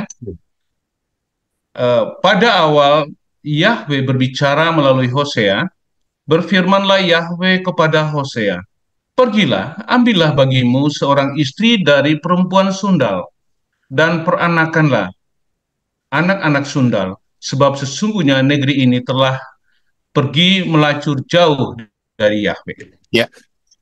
Dari ayat ini, Elohim Yahweh tidak mengatakan kamu pergi ke perempuan sundal dan bersundalah. Bisa lihat bedanya. Tapi Elohim Yahweh mengatakan kamu pergi ke perempuan sundal, kawini dia. Jadi beda. Yang dimaksudkan oleh Rasul Paul itu adalah transaksi seksual. Itu pun sudah mengarah menjadi satu tubuh, karena menjadi satu daging. Sedangkan untuk Hosea, itu diperintahkan secara spesifik, bukan transaksional. Tetapi dia betul-betul harus mengawini perempuan, tapi memang ya pekerjaannya adalah pekerja seks komersial, perempuan sundal. Dan dikatakan, peranakanlah anak-anak dari dia. Nah, bisa lihat ya, jadi bedanya itu pertama kali dulu. Jadi beda, ya. Oh, Elohim Yahweh menyuruh saya untuk menghampiri pelacur itu. Wis, tidak mungkin, saudara. Tidak mungkin. Ya, tidak mungkin. Ya, saudara yang melakukan itu yang di luar sana, bukan di sini. Itu karena memang kedagingan itu aja. Ya kan, tidak mungkin. Yang dilakukan Elohim Yahweh, kawinilah, berarti sah. Apapun itu profesinya sah, dikawini. Jadi ada saksinya sah. Profesinya memang perempuan sundal istrinya ini. Jadi beda itu dulu. Yang kedua, kita harus lihat. Elohim Yahweh mengambil Nabi Hosea itu sebagai contoh spiritual. Karena Israel berzina terhadap Yahweh Elohim. Nah, nanti modelnya seperti apa? Ya, modelnya seperti kamu, Hosea, dan istrimu itu. Hosea diibaratkan sebagai Elohim Yahweh. Saya bisa lihat, istrinya itu diibaratkan sebagai umat Yisrael. Saya bisa lihat. Dan ini menekankan pola yang sama. Kalau seseorang menyembah ilah-ilah asing, itu dia berzina. Dia main seks dengan dewa-dewa asing, dengan roh-roh duniawi, setan-setan. Ini loh gambarannya. Tadi saya berikan melalui Yehezkiel. Sudah bisa lihat. Tapi ini juga dipraktekkan. Enak nggak jadi nabi? Sengsara, saya bilang. Bayangin, saudara. Tapi mau nggak mau, jadi contoh. Dan kita bisa belajar dari ini. Saudara bisa lihat. Hosea tidak diperintahkan oleh Elohim Yahweh, kamu berzina dengan pelacur. Tidak. Kamu kawini pelacur. Kamu kawini perempuan sundal. Dan punya anak dari dia. Saya bisa lihat bedanya? Ya. Ya, bisa beda ya? Iya, beda Pak ya. Jadi sah ya Pak ya. Artinya walaupun profesinya pelacur, kalau dia mengawini, Sah. berarti itu sah. Sah. Di hadapan Bapak Yahweh sah. ya sah. Yang nggak sah itu apa ya? Transaksi itu yang nggak sah kalau melakukan dengan datang ke pelacur melakukan persetubuhan di sana, ya kan? Itu tidak sah. Ya. Ya, selama suami istri sah untuk melakukan hubungan seksual. Bisa lihat ya. Jadi Iya. kadang-kadang orang nggak memperhatikan, ya. Lu itu kok boleh itu sama pelacur si Hosea? Tunggu dulu, syaratnya kawini, ya kan? Kawini itu harus digarisbawahi. Ya, bisa dipahami ya, Pak Marian. Iya, iya, baik. Iya, terima kasih Pak Yusuf Roy. Ya, puji Bapak ya. Ya, silakan Bro Adi mau mau memberikan tambahan, silakan. Enggak, Pak Yosef Roy, saya jadi tertarik dengan kesaksian teman-teman ya mengenai relationship tadi, terutama mengenai Yeskiel tadi ya. Kita seperti bersetubuh di dalam roh, karena itu tidak ekstrim juga kalau kita kaitkan dengan aku tinggal di dalam kamu dan kau tinggal di dalam aku, menjadi satu. Seperti yang kita lakukan, kita makan tubuh Yesua dan minum darah Yesua agar kita bisa dwelling Yesua di dalam kita, kita di dalam Yesua. Nah, saya diingatkan tentang, mungkin saya mohon izin sambung dengan kesaksian saya tadi, Pak Yosef Roy, ketika saya, Pak Asin, dan Ibu Ani, kami datang untuk menginjili satu orang sahabat, dan puji Bapak Yahweh ada Juna juga, dan jadi kita sekeluarga, jadi di jemaat di mana, di Bengkayang itu benar-benar sudah menjadi keluarga bagi saya. Bapak Yahweh gantikan keluarga yang menolak Bapak Yahweh dengan keluarga yang menerima Bapak Yahweh. Bapak Yahweh gantikan, dan itu saya luar biasa, Pak Yosef Roy. Saya merasakan ada kasih keluarga di sana, dan itu luar biasa. Jadi ketika kami menginjilin Pak Atin, sahabat ini, jadi dia mengalami pergumulan yang panjang, belasan tahun istrinya stroke, dan 1 tahun belakangan ini istrinya itu tidak bisa ngapa-ngapain lagi, Pak Yosef Roy. Jadi semuanya tuh harus dibantu oleh suaminya. Dan puji Bapak Yahweh, makanya saya katakan kepada beliau ini, dan saya percaya dia ini pilihan, Pak Yosef Roy. Tetapi karena sebelumnya dia sudah pernah percaya Bapak Yahweh, tapi tersandung karena ada oknum seperti itu ya. Nah, jadi akhirnya dia kembali lagi lah ke yang lama, tetapi dalam hatinya mungkin dia menyimpan sesuatu tentang Bapak Yahweh. Jadi saya lihat dia masih ulet, masih gigih gitu ya. Dia ngurus istrinya tidak gampang, Pak Yosef. Kita mengurus istri yang seperti itu, yang tidak ada kejelasannya ke depannya bisa sembuh atau gimana. Tapi dia keluar itu mau jalan-jalan hanya untuk mau sharing curhat itu sebentar aja, buru-buru harus pulang karena dia mikirin istrinya. Dan saya lihat di situ, wah, iman orang ini luar biasa sekali, luar biasa sekali. Jadi kami menginjili luar biasa. Ketika kami menginjilin dia, Bapak Yahweh menuntun kata demi kata, kalimat demi kalimat gitu ya, sampai pada satu titik saya memberikan banyak contoh dan memberikan banyak bukti juga lewat buah-buah di dalam iman kita ketika kita percaya sama Bapak Yahweh. Saya bilang, jangan percaya saya, tetapi Bapak buktikan sendiri. Malahan saya bilang, saya tantang Bapak. Buktikan kalau Bapak Yahweh itu adalah Tuhan yang menciptakan Bapak. Tuhan yang menciptakan saya bilang. Jadi Tuhan yang menciptakan manusia ini tidak ada dua, tidak ada tiga, hanya satu. Namanya Yahweh. Saya bilang seperti itu. Karena seperti ini, ketika saya sangat tersentuh gitu ya dengan kondisi dia seperti itu. Kami jalan-jalan kemana-mana menikmati liburan bersama keluarga, tapi dia ke tetangga aja ngobrol aja kayaknya pikirannya istrinya, nggak bisa jauh-jauh, Pak. Itu nggak mudah, Pak. Dan ada satu titik ketika saya menyampaikan, saya waktu itu tanya sama Pak Asin, apa sih yang dirasakan Pak Asin ketika Pak Asin pertama kali menerima Bapak Yahweh dan dibaptis? Pak Asin menjawab seperti ini, dan jawaban Pak Asin itu sangat tepat sekali. Jadi Pak Asin merasakan ada ketenangan batin.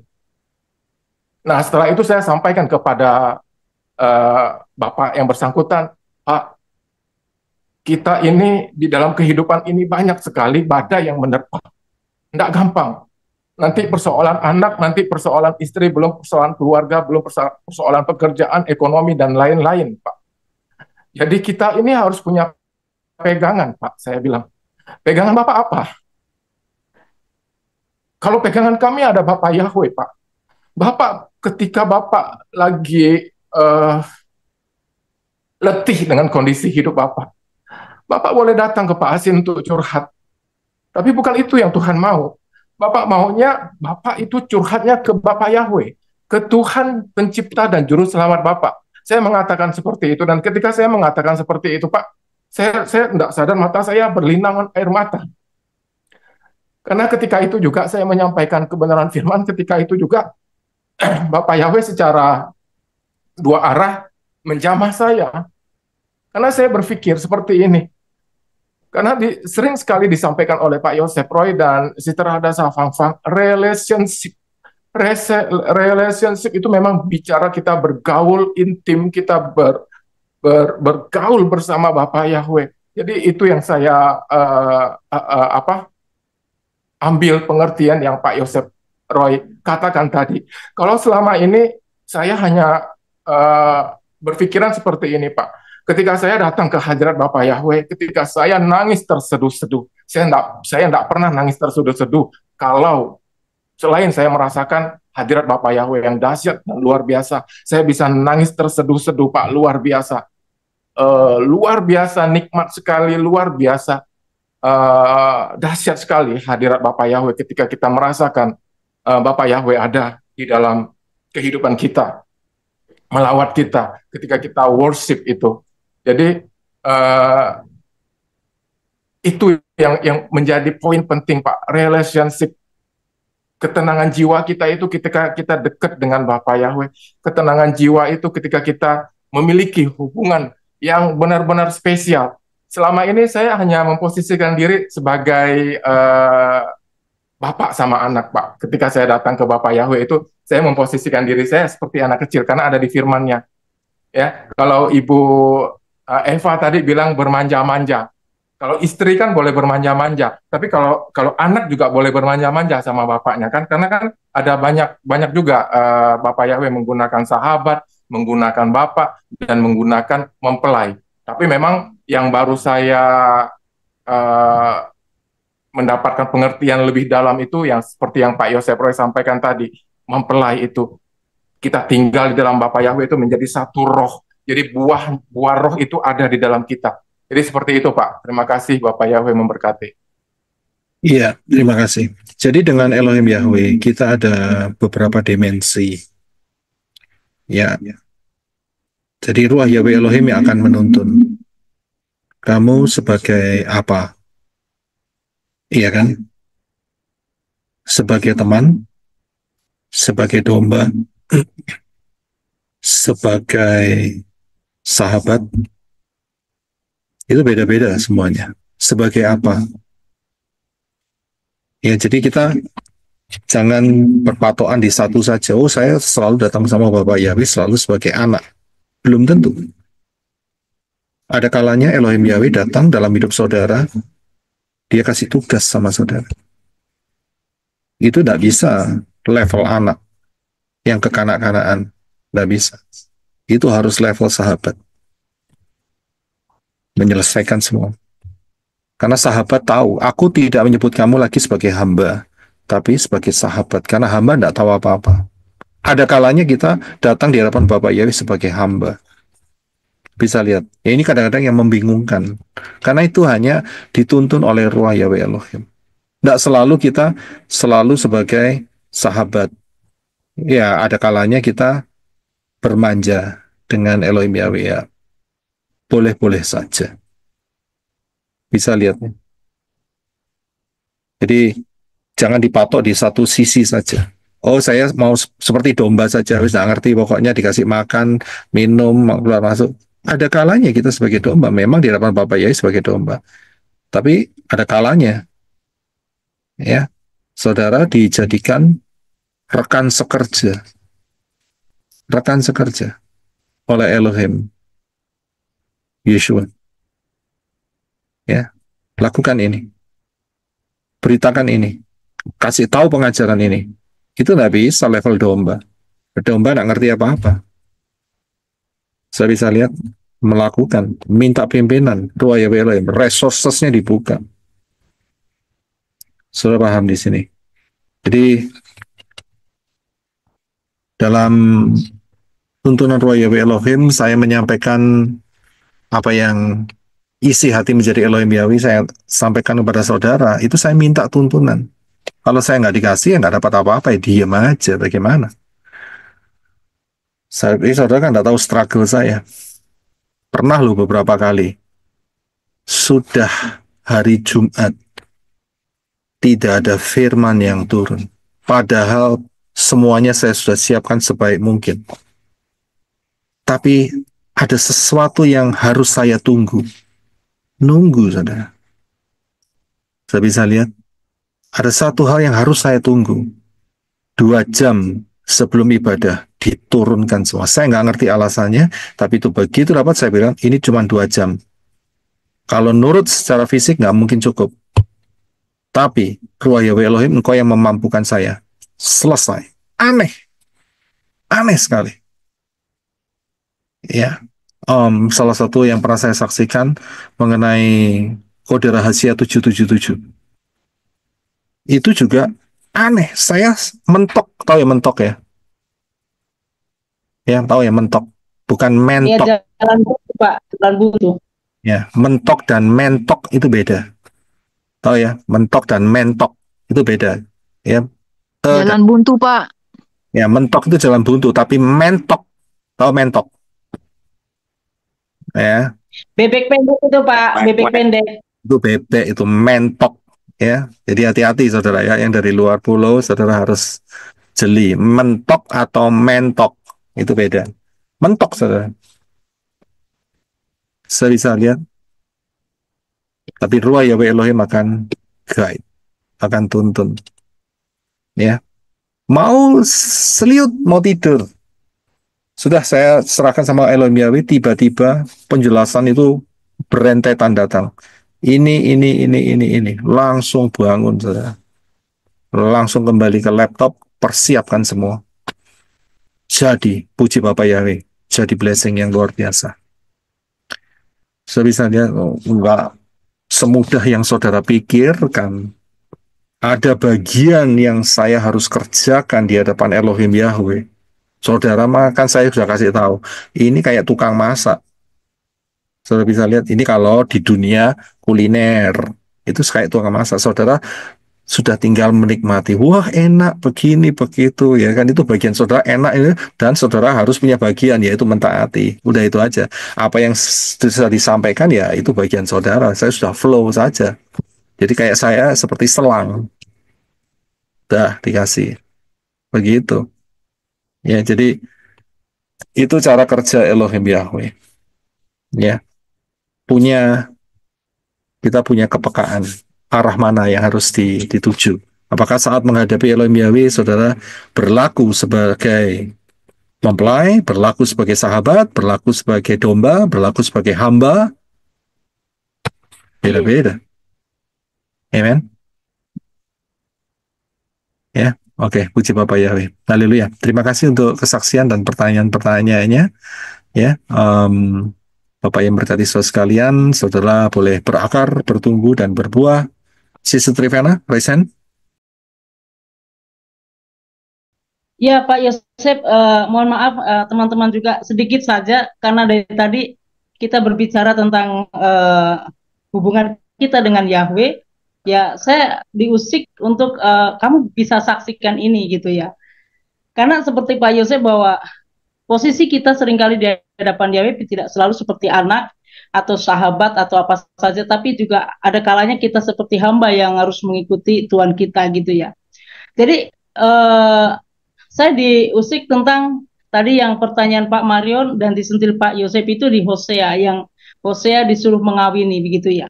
Jadi ini memang ya almarhum suami ya memang sudah tidak ada ya, tetapi ini saya kira ya dia dorong untuk saya bisa memberitahukan apa sebetulnya, karena mungkin banyak yang belum tahu bahwa anak yang pada saya ada bukan anak saya begitu, tapi ini ada rahasia dan mungkin ini momen yang tepat untuk saya bisa menyampaikan supaya menjadi hal yang penting. Ya, saya akan coba persingkat ya bahwa yang pertama, selama saya diajar di dalam di penggembalaan kepada jemaat, saya selalu diingatkan bahwa lembaga yang didirikan oleh Elohim Yahweh itu rumah tangga itu sebetulnya itu adalah satu gambaran bagaimana keharmonisan hubunganmu dengan Elohim Yahweh, yaitu hubungan seks antara suami istri yang telah diberkati itu adalah menggambarkan bagaimana hubunganmu dengan Elohim.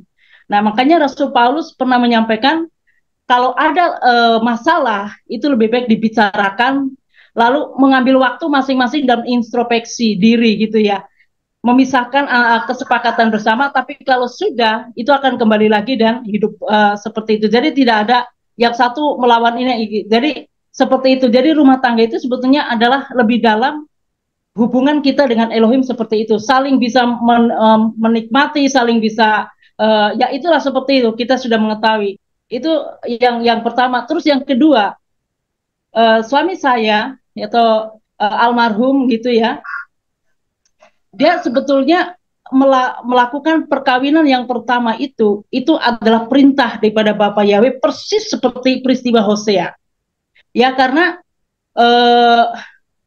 mamanya Sadok gitu ya. Ya saya nggak tahu, saya tidak bisa buka di sini dan mendetailnya, yaitu papinya Sadok itu disuruh waktu dalam dia tugas itu Elohim Yahweh ya waktu itu masih Asus gitu ya, menyuruh mengawini ini gitu, karena Elohim Yahweh berkata kepada papinya Sadok bahwa hanya melalui kamu harus mengawini dia, nanti melalui kamu kawini dia, lalu kamu bimbing, lalu dia akan bisa kembali kepadaku. Dan itu puji Bapak ya terjadi. Nah, uniknya Elohim Yahweh sudah memberikan kepada almarhum untuk nanti kamu menikah yang sesungguhnya itu pada usia 35 tahun gitu ya.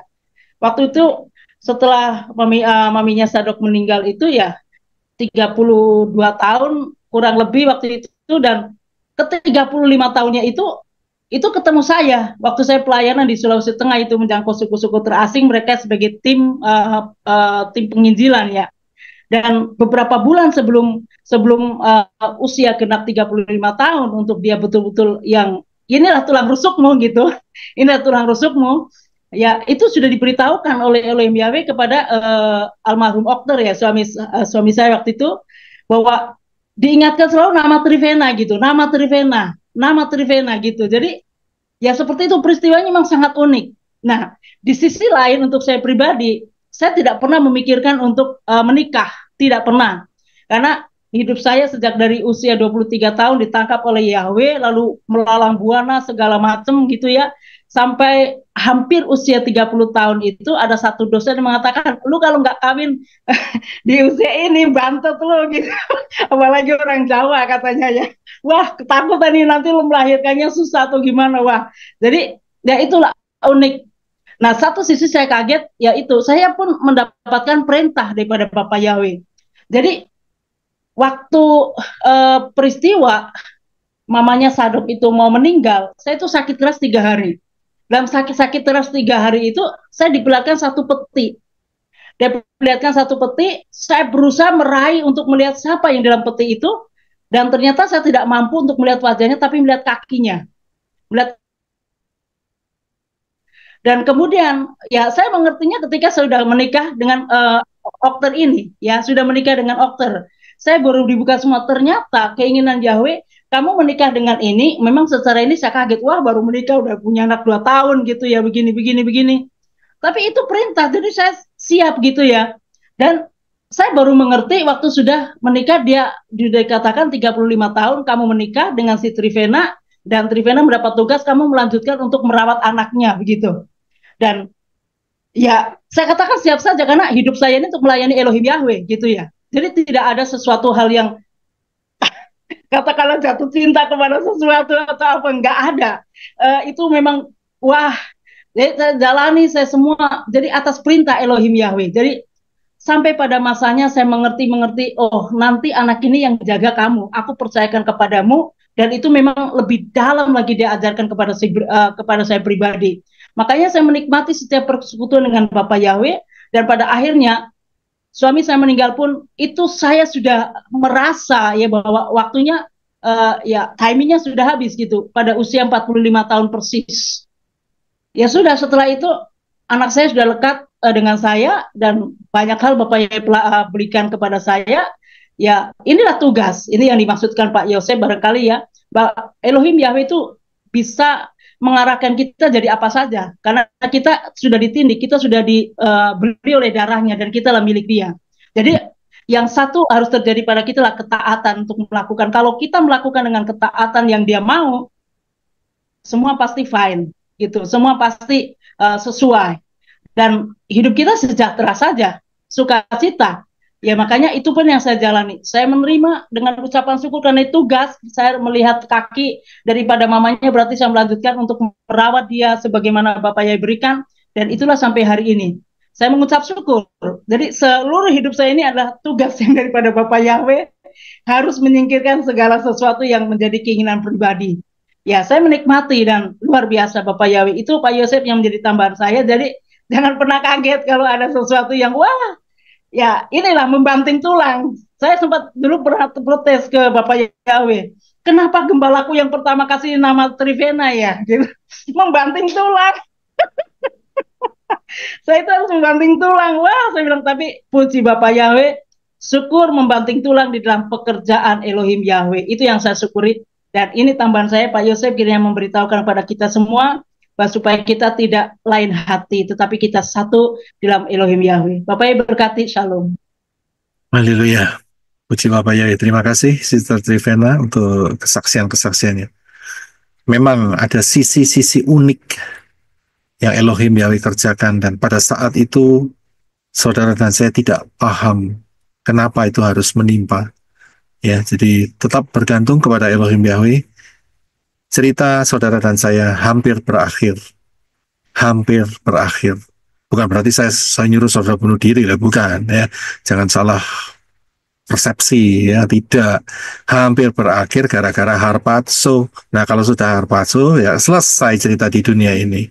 Ya kan? Nah, kita lanjutkan di Shamayim, di Yerusalem yang baru. Ya, kita dapat tugas menjadi raja-raja dan imam-imam. Nah, ini lagi, level lain lagi nih, dalam kerajaan 1000 tahun. Menjadi raja-raja dan imam-imam. Ingat loh, 1000 tahun. Ya, 1000 tahun itu bukan saudara gambarkan langsung sekejap mata, begitu, tidak. 1000 tahun, betul-betul 1000 tahun. Kita menemani manusia-manusia di dalam tubuh fisik jasmania 1000 tahun. Berarti ada 1000 kali perayaan. Ya, 1000. Memang kalau dilihat, diukur dari sisi kekekalan ya singkat, ya kan, tetapi harus dijalani, dan itu punya keindahan yang luar biasa. Ya, punya keindahan. Jalani 1000 tahun, dan setelah itu ya bagi-bagi kaplingan di Yerusalem yang baru. Iya kan? Saya sudah jelaskan mengapa kok setan yang keluar di akhir kerajaan 1000 tahun tidak dilawan. Ya karena tidak ada, aneh kan, Elohim Yahweh, Yeshua sudah pakai firman-Nya aja, setan udah masuk di mana itu namanya, di lubang apa itu namanya, lubang penyiksaan. Tetapi di akhir kok nggak terjadi. Ya, di mana Yeshua? Di mana manusia-manusia dengan tubuh kemuliaan, saudara dan saya? Ya kan? Ya ditunjukkan, ini loh, aku sudah bikin rumah buat kamu di sini, di sini, di sini, di sini, tempatmu di sini, bagianmu di sini, dan itu untuk kekal selama-lamanya. Amin. Tidak lama lagi, berjaga-jagalah, tetap fokus, ya, jangan sampai osteoporosis. Ya kan? Jangan sampai osteoporosis. Ya, jangan sampai tulangnya rapuh. Ya, ya secara fisik ya pasti ada osteoporosis tuh, ya pasti ada rematik, osteoporosis. Tapi maksudnya adalah jangan sampai ada osteoporosis spiritual. Begitu loh. Ya, oke. Puji Bapak Yahweh, Bapak yang berkati. Baik, kalau tidak ada perubahan, tuntunan Roh Yahweh Elohim, kalau tidak ada loh ya, kalau tidak ada. Jadi kita akan lanjutkan di dalam Keluaran Fatsal yang mohon maaf, Shemot. Ya, mindsetnya nih, ya. Kitab Nama-nama. nama-nama, ya. Kitab nama-nama, Shemot, ya. Fatsal yang kedua, ya. Fatsal 2, Fatsal 3 untuk yang akan datang. Ya, tapi kalau sampai Roh Yahweh Elohim memberikan tuntunan, ini yang harus dikerjakan. Ya, nurut. Ya, nurut. Enak kan? Ya, enak. Buat saudara nggak ada PR, enak. Tinggal baca begitu saja, ya kan? Melek merem 6 hari, terima makanan sedap. Puji Bapak Yahweh. Ya kan? Bagian saya, bersekutu, minta pimpinan, detailnya bagaimana, apa yang kau bicarakan, itu bagian saya. Ya, puji Bapak Yahweh, nggak masalah. Ya kan? Upahnya beda, Pak.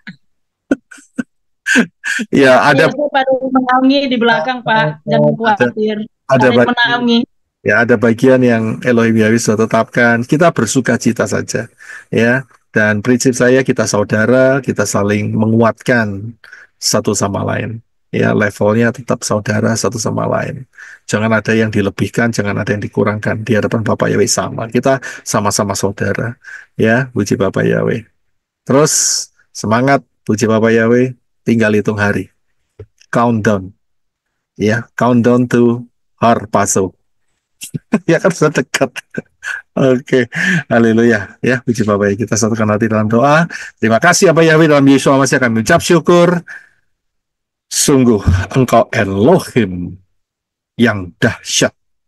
Yahweh di dalam Yesus Masih yang memperlengkapi, mengasihi umatnya, memberikan dimensi kedalaman-kedalaman yang dahsyat. Mau di dalam Engkau, Engkau di dalam kami. Kami mau roh kami menyatu dengan roh Yahweh senantiasa. Darah Yesus Masih menyatu dalam jiwa, roh, dan tubuh kami. Terus sampai satu kali nanti akan harpaso. Kami ucap syukur atas anugerah-Mu, berkati semua manusia-manusia Elohim yang telah bergabung, dimanapun mereka berada, supaya pembicaraan menjadi blessing, menjadi berkat yang ajaib, pengalaman-pengalaman pribadi, cara kerja Elohim Yahweh bekerja dengan cara yang ajaib di masa kami ini, menjadi berkat yang luar biasa. Kami mengucap syukur di dalam nama Yesus HaMashiach. Yang percaya katakan, Amen. Haleluya, Bapak yang berkati. Thank you, Pak Roy. Terima kasih Pak Roy. Salam teman-teman semua. Berkati tim Arizona, Pak Roy. Salam tim Arizona.